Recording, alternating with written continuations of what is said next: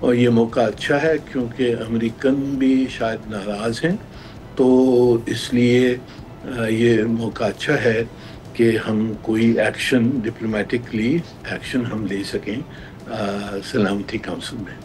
اس پہ جی سی سی کا جو ایک جوائنٹ ڈیفنس ایگریمنٹ ہے منیر صاحب، اس حوالے سے بھی ایک رد عمل آ سکتا ہے جس کے مطابق اگر جی سی سی کے ایک ممبر ملک کے اوپر کوئی حملہ کیا جائے گا تو وہ تمام ممالک کے اوپر جو ممبرز ہیں جی سی سی کے اس پر حملہ تصور کیا جائے گا؟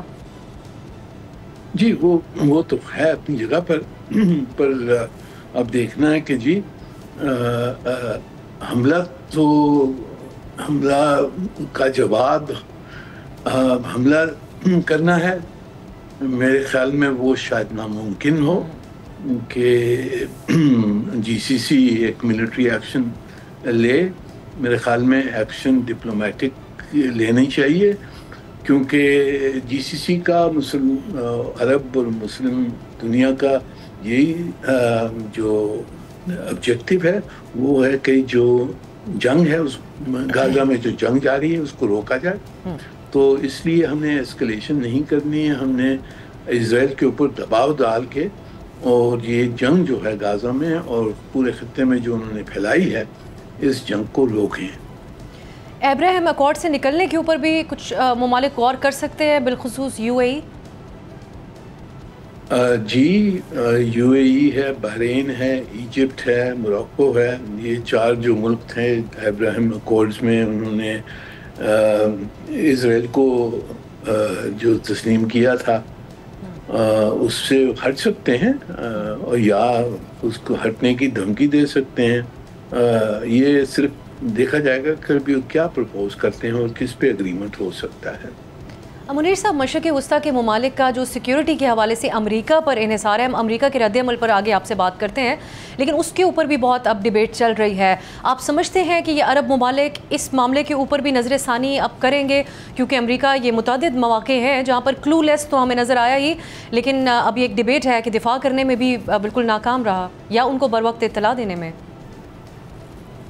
جی دیکھیں، امریکہ میرے خیال میں جو جی سی سی کے ممالک ہیں ان کے ساتھ بھی ان کی اچھی تعلقات ہیں، الائنسز ہیں، بیسز ہیں وہاں، پر جو ان کا جو مطلب ہے بیسز کا وہ ہے ان کی پروٹیکشن دوسرے ممالکوں سے کرنے کے لیے، پر اسرائیل ایک ایکسیپشن ہے، وہ امریکہ کا سب میں بڑا ایلائی ہے، تو اسرائیل کے خلاف وہ تو ایکشن نہیں لیں گے، پر اگر جی سی سی کو کہاں اور سے تھریٹ آتی ہے تو اس پہ ضرور امریکہ ایکشن لے سکتا ہے، پر اسرائیل کے پاس ایک آپ کہہ رہے ہیں کہ امپیونٹی ہے، کیونکہ اسرائیل کا انفلوئنس، اسرائیلی لابی کا انفلوئنس امریکہ میں اتنا زیادہ ہے کہ امریکہ اس کے خلاف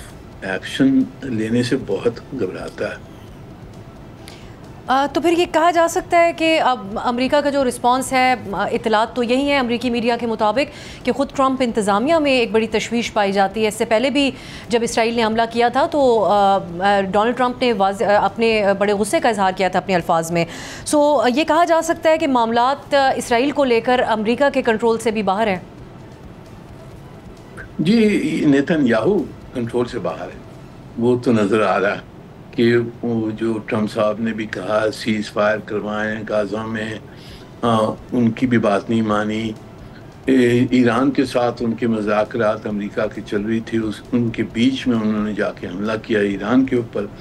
اب قطر میں میڈیشن قطر کروا رہا تھا، وہاں جا کے انہوں نے حملہ کیا، تو اس کا مطلب یہی ہے کہ نیتن یاہو امن نہیں چاہتا، وہ چاہتا ہے کہ یہ جنگ جاری رہے، کیونکہ جس دن امن ہوگا، پیس ہوگا، تو نیتن یاہو کی نوکری چلی جائے گی، اور پھر اس کو وہاں اندرونی کرمنل چارجز کے خلاف ہیں، انٹرنیشنلی کرمنل چارجز اس کے خلاف ہیں، تو وہ جنگ نہیں روکنا چاہتا ہے، اور وہ ٹرمپس انتظامیات کو بھی اس نے دفاع کیا ہے۔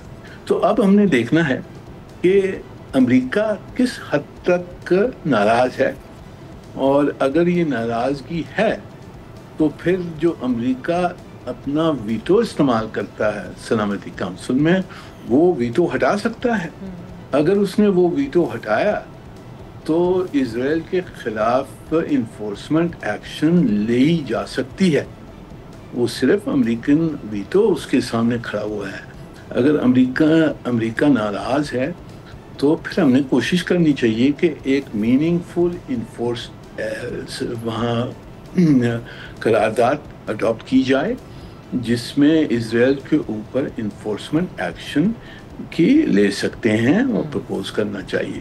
تو دیکھیں آگے کیا ہوتا ہے. امریکہ کتنا ناراض ہے، اس کا ویٹو ہٹا سکتے ہیں نہیں ہٹا سکتے، وہ دیکھنے کی بات ہے ابھی تک. اس حملے کے حوالے سے نیتن یاہو کا جو رد عمل ہے اس میں امریکہ کو بھی ایک جگہ وہ ایڈریس کر رہے ہیں، ایک جگہ کہتے ہیں قطر کو بھی خبردار کر رہے ہیں کہ اگر حماس کو وہاں سے نہ نکالا گیا تو اسرائیل دوبارہ حملہ کر سکتا ہے. لیکن منیر صاحب، جو دوسری بات نیتن یاہو نے اپنی بات چیت میں کہی ہے وہ ایک موازنہ، ایک کمپیریزن ڈرا کیا. انہوں نے کہا اگر امریکہ پاکستان میں اسامہ بن لادن کے حوالے سے کر سکتا ہے کارروائی تو ہم کیوں نہیں کر سکتے قطر میں حماس کی موجودگی میں.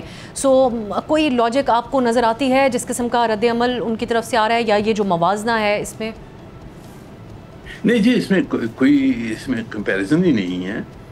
جو امریکہ نے کیا تھا اسامہ بن لادن کے بارے میں وہ بھی غلط تھا ہماری نظر میں. انہوں نے ہماری ٹیریٹوریل انٹیگریٹی اور انٹرونشن کی تھی پاکستان میں اجازت کے بغیر، تو دیٹ واز رانگ. اس کو ہم نے کنڈیم کیا تھا. پر جو دو سچویشنز ہیں اس کی کوئی کمپیریزن نہیں ہے. یہاں تو اسامہ بن لادن سے کوئی نیگوشیٹ نہیں کر رہا تھا، وہ تو ٹیررسٹ مانا ہوا تھا.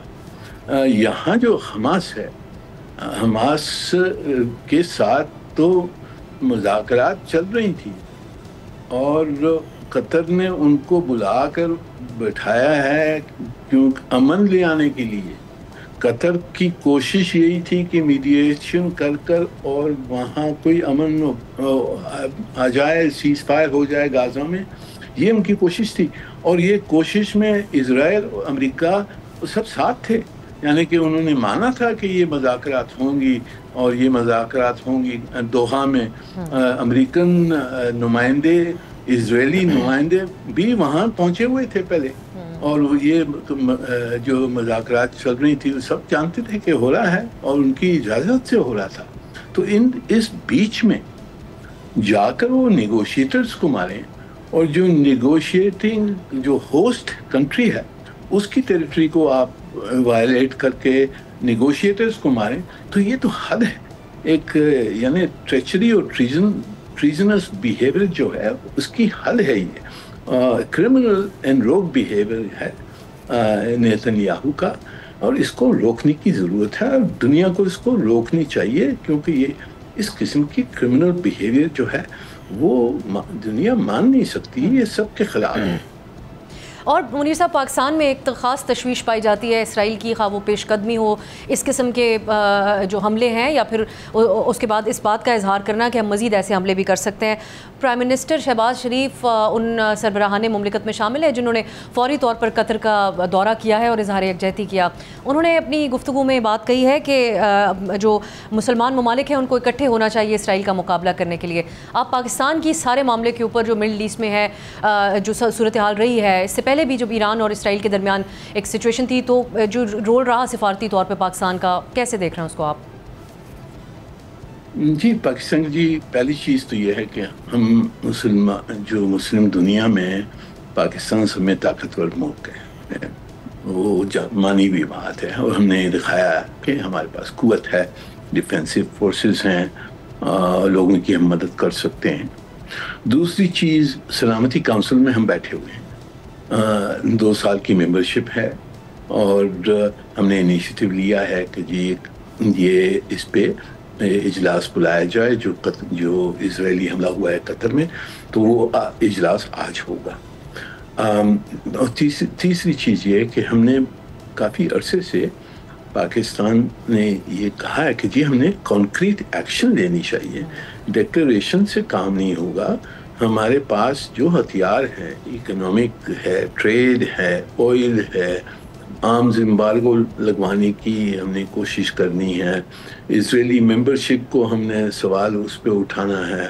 تو یہ سب چیزیں ہم کر سکتے ہیں اسلامی دنیا اگر اتحاد ہمارے پاس یونٹی ہو تو ہم کر سکتے ہیں، اور مجھے کوئی شک نہیں ہے کہ ہم نے یہ کوشش ہم کریں گے انشاءاللہ۔ اگر اتحاد ہو گیا تو ایک میننگ فل ایکشن ہم لے سکتے ہیں اور لینا چاہیے اس وقت۔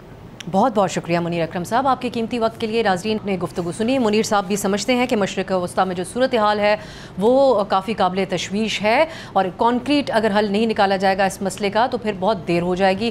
ایک بریک کی طرف جاتے ہیں، ملک کی سیاسی صورتحال پہ ہم بات کریں گے۔ دو مایہ ناز سیاسی تجزیہ کار ہمارے ساتھ موجود ہوں گے ایک شارٹ بریک کے بعد۔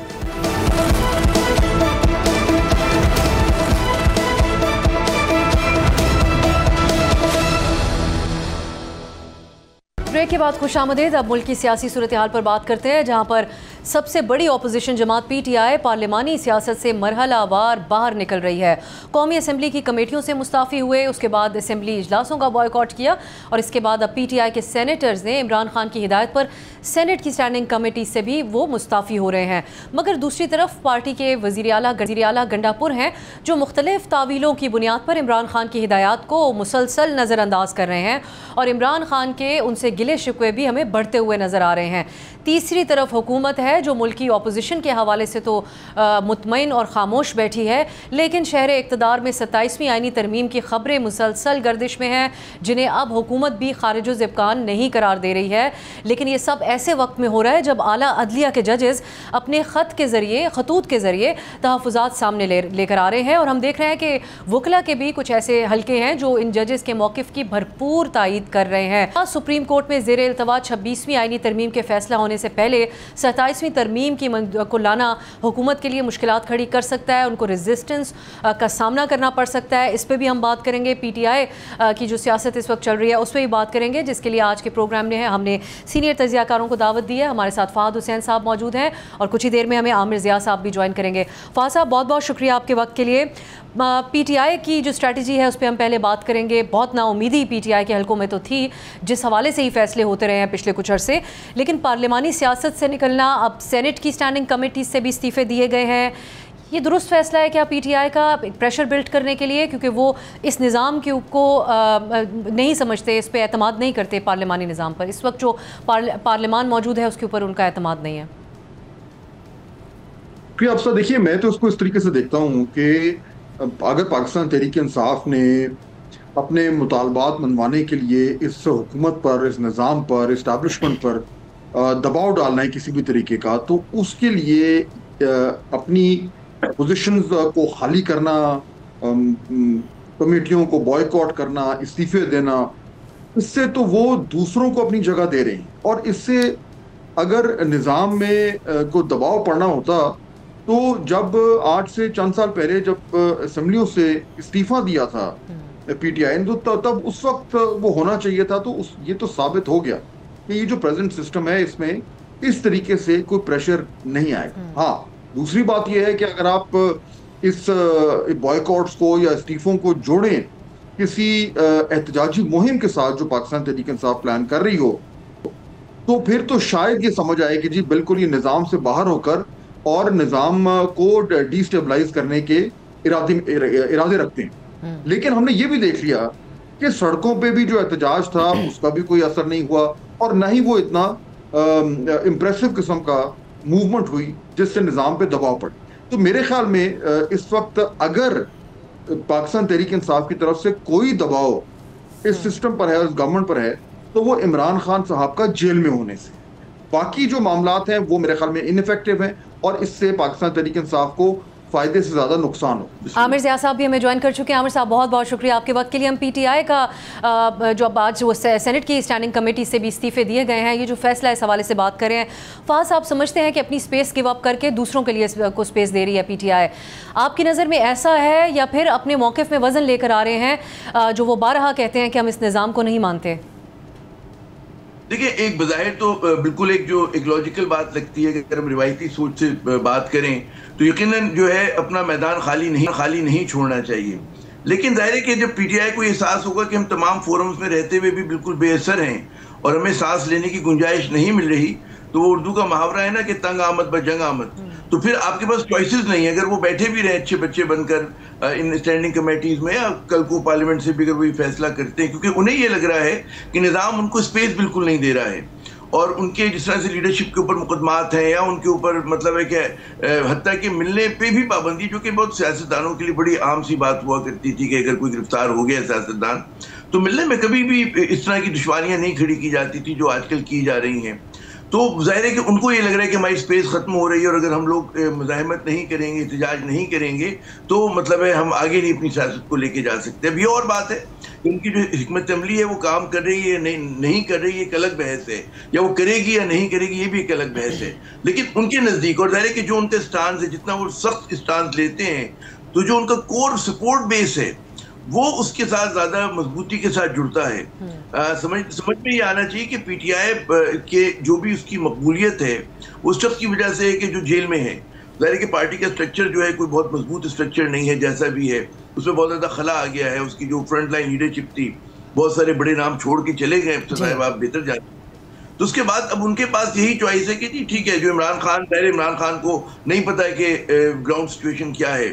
جب ان پہ کہتے ہیں نا فلو آف انفارمیشن پہ پابندی ہے، اس طرح سے نہیں ہو رہا، ملاقاتیں نہیں ہو رہی ہیں، تو پھر جو ان کی سمجھ میں آ رہا ہے وہ تنہائی میں بیٹھ کے جو بھی بات کر رہے ہیں، فیصلہ کر رہے ہیں، 2-4 لوگوں سے مشورہ کر کے کر رہے ہیں، وہ بھی تھوڑی دیر کے اندر، تو پھر وہ اسی قسم کی پالیسی ہوگی کہ جس کی وجہ سے پاکستان کی سیاست میں جو دھما چوکڑی ہے، جو انتشار ہے، افراتفری ہے، وہ آپ کو بڑھتی ہوئی نظر آئے گی. اور جو ہمارے اصل ایشوز ہیں اس کے اوپر ظاہر ہے حکومت توجہ دے پائے گی اس طرح سے جس طرح ہمیں ضرورت ہے دہشت گردی کے خلاف لڑائی میں، معیشت کا، سیلاب سے نمٹنا. جناب اب یہ آؤٹ آف آپشنز ہیں فاض صاحب جو عامر صاحب کہتے ہیں، یا پھر یہ کمیونیکیشن کا فقدان ہے پارٹی کے لیڈر کے ساتھ؟ ملاقاتیں تو ان کی بہنوں کی ہو رہی ہیں، کوئی نہ کوئی ملاقات تو ہو جاتی ہے، ایک پیغام بھی باہر لایا جاتا ہے، لیکن کیا وہ درست انداز میں ترجمانی نہیں کر پا رہے جو خان صاحب اندر سے پیغامات بھیج رہے ہیں؟ ایک مثال کے طور پہ علی امین گنڈا پور صاحب سے سخت ناراض بھی نظر آئے، ان کو کچھ احکامات بھی دیے ہیں، لیکن علی امین صاحب وضاحتیں دے رہے ہیں اور اس کے اوپر عمل درآمد نہیں کر رہے ہیں.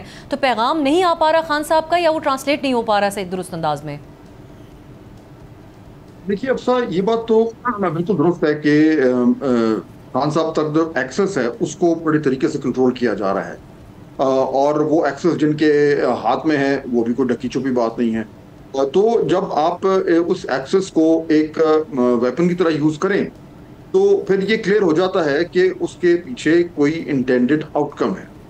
اور وہ آؤٹ کم اگر یہ ہے کہ جماعت کے اندر مس کمیونیکیشن ہو، عمران خان صاحب کے جو احکامات ہیں ان کے مختلف طریقے سے تشریح ہو، جو ان احکامات کو باہر لے کر آ رہا ہے وہ ان میں اپنا ایک تھوڑا سا ایک مسالہ مکس کر کے اور دوسروں تک پہنچائے، یہ بھی ہم نے دیکھا کہ ہوا. تو یہ تمام چیزیں ہو رہی ہیں، لیکن اس سب کے باوجود آئی تھنک یہ بات تو بالکل کلیئر ہے کہ اس وقت پاکستان تحریک انصاف جو بھی فیصلہ سازی کر رہی ہے وہ صرف اور صرف ایک شخص کی وجہ سے کر رہی ہے. اس میں اور کوئی جماعت میں ایسا شخص ہے نہیں جو الگ سے فیصلے کر رہا ہو. تو یہ فیصلہ صحیح ہے، درست ہے. یہ کہنا میرے خیال میں درست نہیں ہوگا کہ پارٹی نے اپنی تو تئیں کچھ کر دیا اور خان صاحب کو معلوم نہیں تھا. لیکن یہ بھی میرے خیال میں نوٹ کرنے کی بات ہے کہ خان صاحب کے پاس نہ صرف یہ کہ ایکسس لوگوں کی بڑی ریسٹرکٹڈ ہے بلکہ انفارمیشن بھی ریسٹرکٹڈ ہے. اور جب اتنے عرصے سے آپ گراؤنڈ ریالٹی سے تھوڑے سے کٹے ہوں کیونکہ آپ کو جو ہے وہ بند کر کے رکھا ہوا ہے، تو پھر ڈیسیشن میکنگ میں گڑبڑیں ہوتی ہیں. یہ ایسے موقعوں پہ آپ کو ان لوگوں کی بڑے غور سے بات سننی چاہیے جو کہ آن دا گراؤنڈ ہیں اور آپ کو ایڈوائس دے رہے ہیں. میرے خیال میں یہ بات جو ابھی ہم کر رہے تھے کہ یہ فیصلہ خان صاحب کا کہ جی وہ تمام ان پلیٹ فارم سے استعفیٰ دے دیں، اس سے نظام میں کے اوپر دباؤ بڑھے گا، میرے خیال میں یہ فیصلہ درست نہیں ہے. اور اس سے یہ لاجک تو دی جا سکتی ہے کہ جی ہمارے پاس سسٹم میں جگہ نہیں ہے، بالکل بات درست ہے، یہ نہیں ہے. لیکن جب آپ جو تھوڑی سی آپ کے پاس جگہ ہوتی ہے وہ بھی آپ چھوڑ دیتے ہیں تو اس سے آپ کے کاز کو کیا فائدہ ہو رہا ہے؟ میرے خیال میں یہ ایک غلط فیصلہ ہوا ہے اور اس کا